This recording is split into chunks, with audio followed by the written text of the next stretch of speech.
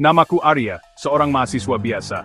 Dan sampai tadi malam, di penghujung hari yang melelahkan, hidupku biasa-biasa saja. Seperti kebanyakan orang, tidak ada yang istimewa. Kuliah, tugas, meme lucu di media sosial, dan mie instan tengah malam adalah ritual wajib. Semuanya berubah, drastis, tepat pukul 12.47 pagi, ketika sunyi senyap seharusnya berkuasa. Ketika obrolan sahabatku Bima, sahabat terbaikku sejak kecil, yang sudah meninggal dunia karena kecelakaan tragis 6 bulan lalu, tiba-tiba menunjukkan sebuah keanehan, dua centang biru yang tak mungkin. Jantungku berdebar kencang, seolah ingin melompat keluar dari dadaku. Bima meninggal 6 bulan lalu, dalam sebuah peristiwa yang masih menghantuiku. Nomornya sudah tidak aktif, dinonaktifkan oleh keluarganya segera setelah pemakamannya. Tapi itu dia, tidak mungkin, tapi nyata. Foto profilnya yang konyol, set foto yang selalu membuatnya tertawa, dan pesanku yang lama, pesan-pesan candaan yang kami kirim setiap hari, sekarang ditandai sebagai sudah dibaca, seolah dia baru saja membukanya. Aku menatap layar, terpaku, tidak percaya dengan apa yang kulihat. Siapa yang bisa membacanya? Siapa yang menggunakan nomornya? Kenapa sekarang, di tengah malam yang sunyi dan mencekam ini?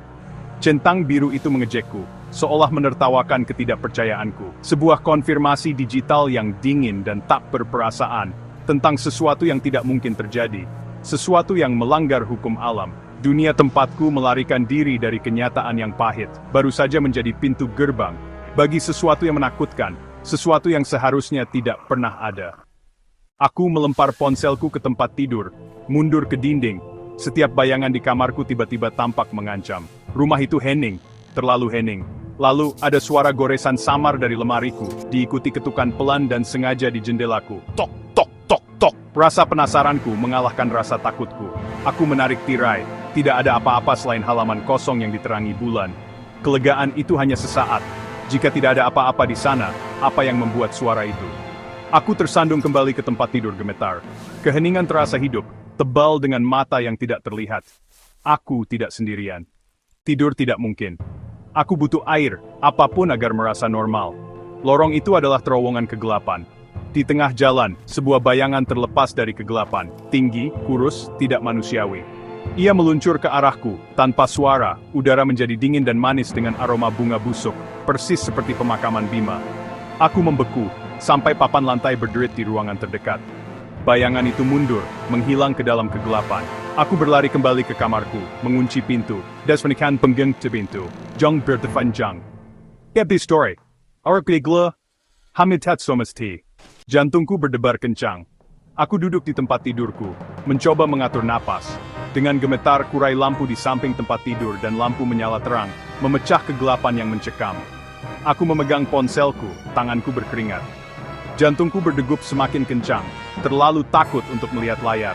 Aku merasa ada sesuatu yang buruk akan terjadi. Tiba-tiba, suara goresan kembali, membuat bulu kuduku meremang. Aku panik, mencoba mencari sumber suara itu.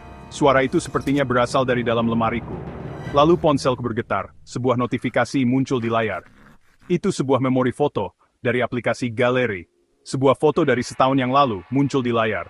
Foto itu adalah aku bersama Bima. Tiba-tiba sebuah bisikan suara lirih yang menusuk tulang. Bisikan itu menyebut namaku, panjang dan hampa, tanpa emosi. Aku yakin itu jelas suara Bima. Tapi suara itu tanpa kehidupan, dingin dan asing. Suara goresan berhenti secara tiba-tiba. Bisikan itu semakin keras seolah semakin dekat.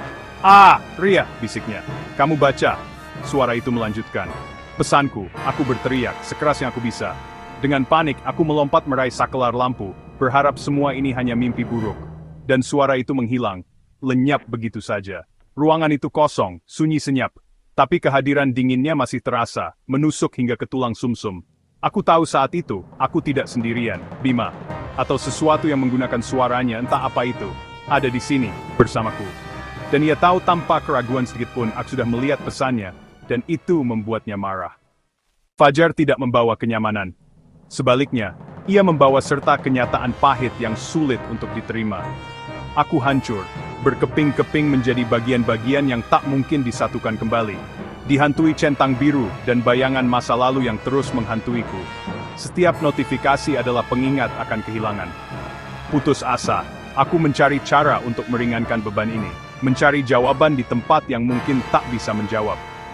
Aku pergi ke makam Bima. Berharap bisa menemukan kedamaian, atau setidaknya sedikit kejelasan di sana. Menceritakan semuanya, segala penyesalan, ketakutan, dan kebingungan yang membebani hatiku.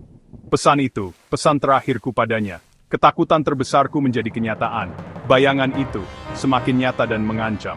Untuk sesaat di tengah kegelapan yang pekat, aku merasa ada harapan, secercah cahaya yang menembus awan kelabu. Aku memeriksa ponselku, mencari validasi, mencari bukti bahwa semua ini hanyalah mimpi buruk. Pesan itu masih ditandai sebagai sudah dibaca, sebuah fakta yang membingungkan dan menakutkan. Tiba-tiba dering telepon memecah kesunyian. Telepon dari Ibu Bima, sebuah panggilan yang tak terduga. Dia ada di rumah, menunggu kabar, bukan di makam, tempat seharusnya dia berada. Aku menyalakan ponsel lama Bima. Ponsel yang sudah lama tidak digunakan. Aku melihat pesanmu, pesan yang membuatku merinding. Aku baru membacanya sekarang, sebuah pengakuan yang membuat darahku membeku. Katanya, dengan nada yang penuh kebingungan dan ketakutan, suaranya bergetar, mencerminkan kengerian yang sama yang kurasakan. Kengerian dingin menyelimutiku, membungkusku dalam lapisan ketakutan yang tak tertahankan. Jika dia baru saja membaca pesan itu. Lalu siapa atau apa, entitas macam apa, yang sudah aku ajak bicara sepanjang malam? Siapa yang membalas pesanku? Beberapa pintu setelah dibuka karena senar rasa pedusir dan altif verbal total rates setebab tugas de furthest realitas sepindikernal.